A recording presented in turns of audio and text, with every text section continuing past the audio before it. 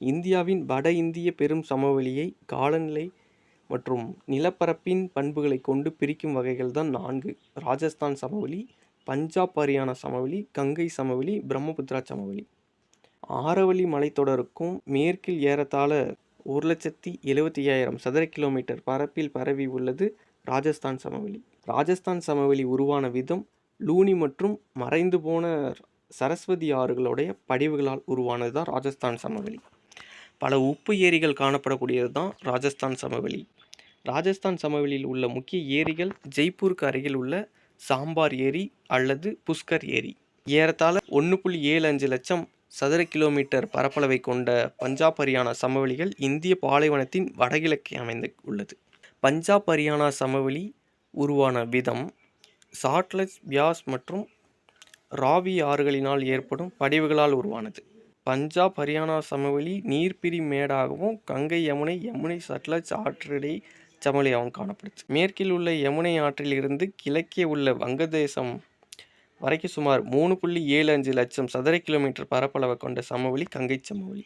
கங்கை சமவெளி கங்கையும் அதன் துணை ஆறுகளான காக்கரா, காண்டக், கோசி, யமுனை, சாம்பல், பெட்வா போன்றவைகளும் அதிக அளவில் வண்டல் படிவுகளை படிய வைத்து உருவாக்கிய மிகப்பெரிய சமவெளி தான் கங்கை சமவெளி. பிரம்மபுத்திரா சமவெளியின் பெரும்பகுதி அமைந்துள்ள இடம் அசாம். பிரம்மபுத்திரா சமவெளி பிரம்மபுத்திரா ஆற்றினால் உருவாக்கப்பட்ட ஒரு தாழ்நில சமவெளியாக வடம்பெரு சமவெளியின் கிழக்கு பகுதியில் காணப்படக்கூடிய ஒரு சமவெளி. பிரம்மபுத்திரா சமவெளி சுமார் 56.275 சதுர கிலோமீட்டர் பரப்பளவில் வண்டல் விசிறிகளாகவும் தராய் எனப்படும் சதுப்பு நில காடுகளாகவும் காணப்படுது. வட இந்திய சமவெளிக்கு தெற்கு அமைந்துள்ளது தான் தீபகற்ப பீடபூமி. நாட்டின் மொத்த பரப்பில் பாதி சுமார் 16 லட்சம் சதுர கிலோமீட்டர் பரப்பை கொண்டது. இந்தியாவின் மிகப்பெரிய பிரிவாக காணப்படுறது தான் தீபகற்ப பீடபூமி. தீபகற்ப பீடபூமி மிகப்பெரிய இயற்கை பிரிவு. தொன்மையான பாறை அமைப்புகள், குன்றுகள், சிறு பீடபூமிகளையும் பள்ளத்தாக்குகளால் பிளவுபட்டு இருப்பது தான் தீபகற்ப பீடபூமி. தீபகற்ப பீடபூமியோட எல்லைகள் வடமேற்கே ஆரவல்லி மலைத்தொடர், வடக்கு மற்றும் வடகிழக்கே பண்டல்கண்ட் உயர்நிலப்பகுதி, கைமூர், ராஜ்மஹால் குன்றுகள், மேற்கே மேற்கு தொடர்ச்சி மலைகள், கிழக்கே கிழக்கு தொடர்ச்சி மலைகள். தீபகற்ப பீடபூமியின் உயரம் கடல் மட்டத்திலிருந்து சுமார் 600 மீட்டர் உயரம் கொண்டது. தீபகற்ப பீடபூமியின் உயர்ந்த சிகரம் ஆனைமலையில் உள்ள ஆனைமுடி 2695 மீட்டர். தீபகற்ப பீடபூமியை இரு பெரும் பிரிவுகளாக பிரிப்பது நர்மதை ஆறு. வடக்கு பகுதி மத்திய உயர்நிலங்கள், தென்பகுதி தக்கான பீடபூமி. விந்திய மலையில் தெற்கில் பாயும் ஆறுகள் கோதாவரி, காவிரி, மகாநதி, கிருஷ்ணா போன்றவை கிழக்கு நோக்கி வங்காள விரிகுடாவில் கலக்கின்றன. நர்மதை மற்றும் தபதி ஆகியவை மேற்கு நோக்கி பாய்ந்து அரபிக்கடலில் கலக்கும். நர்மதை ஆற்றிற்கும் வடபெரும் சமவெளிக்கும் இடையே அமைந்துள்ளது தான் மத்திய உயர் நிலங்கள். மத்திய உயர் நிலத்திற்கு வடக்கு மற்றும் வடமேற்கு பகுதியில் அமைந்துள்ள மலைத்தொடர் ஆரவல்லி மலைத்தொடர். மத்திய உயர் நிலங்கள் பரவல் குஜராத் முதல் டெல்லி வரை சுமார் 700 கிலோமீட்டர் வரைக்கும். மத்திய உயர் நிலங்கள் வடக்கில் டெல்லிக்கு அருகில் சராசரி உயரம் சுமார் 400 மீட்டர், தென்மேற்கில் 1500 மீட்டர் உயரம் கொண்டது. ஆரவல்லி மலைத்தொடரின் மிக உயரமான சிகரம் குரசிகார் 1722 மீட்டர். மேற்கு பகுதியில் உள்ள மத்திய உயர் நிலங்கள் மாளவ பீடபூமி. மாளவ பீடபூமி அமைந்துள்ள இடம் ஆரவல்லி மலைத்தொடருக்கு தென்கிழக்கிலும் விந்திய மலைக்கும் வடக்கில். மாளவ பீடபூமியில் பாய்ந்து யமுனை ஆற்றில் கலக்கும் ஆறுகள் சம்பல், பீட்வா, கென். மாளவ பீடபூமியின் கிழக்கு தொடர் பகுதியின் பெயர் பண்டல்கண்ட். பண்டல்கண்டின் தொடர்ச்சி பாகல்கண்ட். மத்திய உயர்நிலங்களின் வடகிழக்கு பகுதியில் அமைந்துள்ள பீடபூமி சோட்டா நாகபுரி. சோட்டா நாகபுரி பீடபூமி பரவியுள்ள பகுதிகள் ஜார்க்கண்டில் பெரும்பகுதி, மேற்கு வங்கம், பீகார், சத்தீஸ்கர், ஒடிசாவின் சில பகுதி. இரும்பு தாது மற்றும் நிலக்கரி போன்ற கனிம வளத்திற்கு புகழ்பெற்ற பகுதி சோட்டா நாகபுரி பீடபூமி. தீபகற்ப பீடபூமியில் அமைந்துள்ள மிகப்பெரிய இயற்கை அமைப்பை கொண்ட பீடபூமி தக்கான பீடபூமி. முக்கோண வடிவம் கொண்ட பீடபூமி தக்கான பீடபூமி. தக்கான பீடபூமியின் எல்லைகள் வடமேற்கு திசையில் விந்திய சாத்புரா மலைத்தொடர்களையும், வடக்கில் மகாதேவ் மைக்காலா குன்றுகளையும், வடகிழக்கில் ராஜ்மஹால் குன்றுகளையும், மேற்கில் மேற்கு தொடர்ச்சி மலையையும், கிழக்கில் கிழக்கு தொடர்ச்சி மலைகளையும் கொண்டது.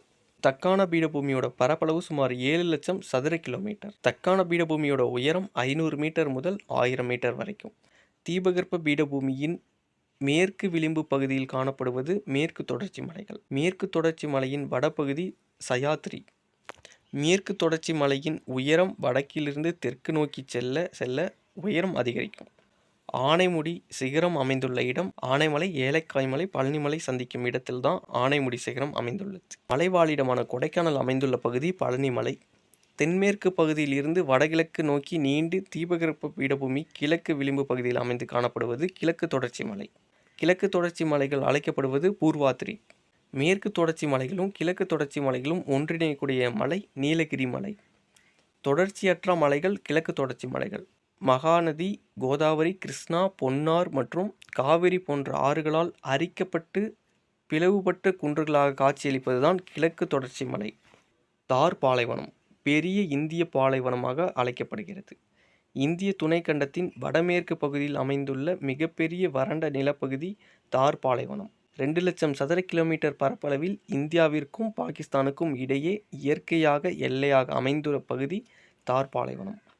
உலகின் 17வது மிகப்பெரிய பாலைவனமாக இந்த தார் பாலைவனம் காணப்படுது. தார் பாலைவனம் ஆரவல்லி மலைத்தொடருக்கு மேற்கே ராஜஸ்தான் மாநிலத்தில் 2/3 பங்கு நிலப்பரப்பை கொண்டுள்ளது.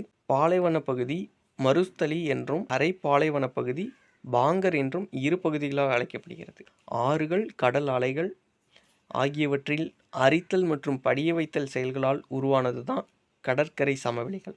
இந்திய கடற்கரை சமவெளிகளின் இரு பிரிவுகள் மேற்கு கடற்கரை சமவெளி மற்றும் கிழக்கு கடற்கரை சமவெளி. மேற்கு தொடர்ச்சி மலைக்கும் அரபிக்கடலுக்கும் இடையே அமைந்துள்ளது மேற்கு கடற்கரை சமவெளி. மேற்கு கடற்கரை சமவெளி வடக்கில் உள்ள ரான் ஆஃப் கட்ச் முதல் தெற்கில் உள்ள கன்னியாகுமரி வரைக்கும் நீண்டுள்ளது. அகலம் 10 கிலோமீட்டர் முதல் 80 கிலோமீட்டர் வரைக்கும் காணப்படுது. மேற்கு கடற்கரை சமவெளி நிலத்தோற்றங்களான மணற்கடற்கரை, கடற்கரை மணற்குன்றுகள், களிமுகங்கள், காயல்கள், எஞ்சிய குன்றுகள், சரளை மண் மேடுகள் இது எல்லாமே மேற்கு கடற்கரை சமவெளியோட நிலத்தோற்றங்கள். மேற்கு கடற்கரையின் வடபகுதி கொங்கண கடற்கரை. மேற்கு கடற்கரையின் மத்திய பகுதி கனரா கடற்கரை. மேற்கு கடற்கரையின் தென்பகுதி மலபார் கடற்கரை.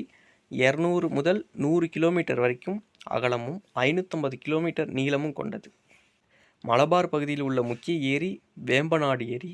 மலபார் கடற்கரையில் காணப்படக்கூடிய தோற்றம் ஆழமில்லாத பல காயல்கள், உப்பங்கழிகள் மற்றும் டெரிஸ். கிழக்கு கடற்கரை சமவெளி கிழக்கு தொடர்ச்சி மலைக்கும் வங்காள விரிகுடாவிற்கும் இடையே மேற்கு வங்காளம், ஒடிசா, ஆந்திர பிரதேசம், தமிழ்நாடு வரைக்கும் நீண்டுள்ளது. கிழக்கு நோக்கி பாயும் ஆறுகளால் படிய வைக்கப்பட்ட வண்டல் படிவுகளால் உருவான சமவெளி கிழக்கு கடற்கரை சமவெளி. மகாநதிக்கும் கிருஷ்ணா நதிக்கும் இடைப்பட்ட பகுதி வட சர்க்கார். கிருஷ்ணா மற்றும் காவிரி ஆற்றிற்கு இடைப்பட்ட பகுதி சோழமண்டல கடற்கரை. மகாநதி டெல்டாவிற்கும் தென்மேற்கே அமைந்துள்ள இந்தியாவின் மிகப்பெரிய காயல் ஏரி சிலிகா ஏரி. கோதாவரி ஆற்றுக்கும் கிருஷ்ணா ஆற்றுக்கும் இடையே அமைந்துள்ள ஏரி கொள்ளேர் ஏரி. தமிழ்நாடு மற்றும் ஆந்திரா எல்லையில் அமைந்துள்ள ஏரி பழவேற்காடு புலிக்காட்டு ஏரி. இந்தியாவில் அமைந்துள்ள 2 பெரும் தீவு கூட்டங்கள் அந்தமான் நிக்கோபார் தீவுகள், லட்சத்தீவுகள். வங்காள விரிகுடாவில் 572 தீவுகளை கொண்டிருப்பதுதான் அந்தமான் நிக்கோபார் தீவுகள். அரபிக்கடலில் 28 தீவு கூட்டங்களை கொண்டிருக்கும் தீவுகள் லட்சத்தீவுகள். புவி உள் இயக்க விசைகள் மற்றும் எரிமலைகளால் உருவானது அந்தமான் நிக்கோபார் தீவுகள். இந்தியாவில் செயல்படும் ஒரே ஒரு எரிமலை உள்ள தீவு அந்தமான் நிக்கோபார் தீவில் உள்ள பாரன் தீவு. கடல் அடிமலைத்தொடரின் மேல் பகுதியாக அமைந்து காணப்படுவதுதான் அந்தமான் நிக்கோபார் தீவு கூட்டங்கள். பூமத்திய ரேகைக்கு அருகிலும் அதிக ஈரப்பதம், வெப்பம் கொண்ட காலநிலை உடையதும் காடுகள் அடர்ந்து காணப்படுவதும் இந்த தீவு கூட்டங்களுடைய ஒன்று.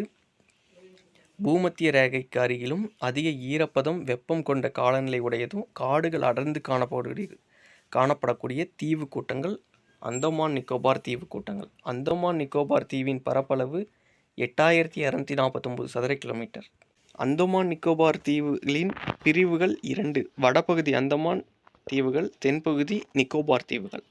அந்தமான் நிக்கோபார் நிர்வாக தலைமையிடம் தலைநகரம் போர்ட் பிளேயர். அந்தமான் தீவு கூட்டங்களை நிக்கோபார் தீவு கூட்டங்களிலிருந்து பிரிப்பது 10 டிகிரி கால்வாய். நிக்கோபாரின் தென்கோடி முனை இந்திரா முனை.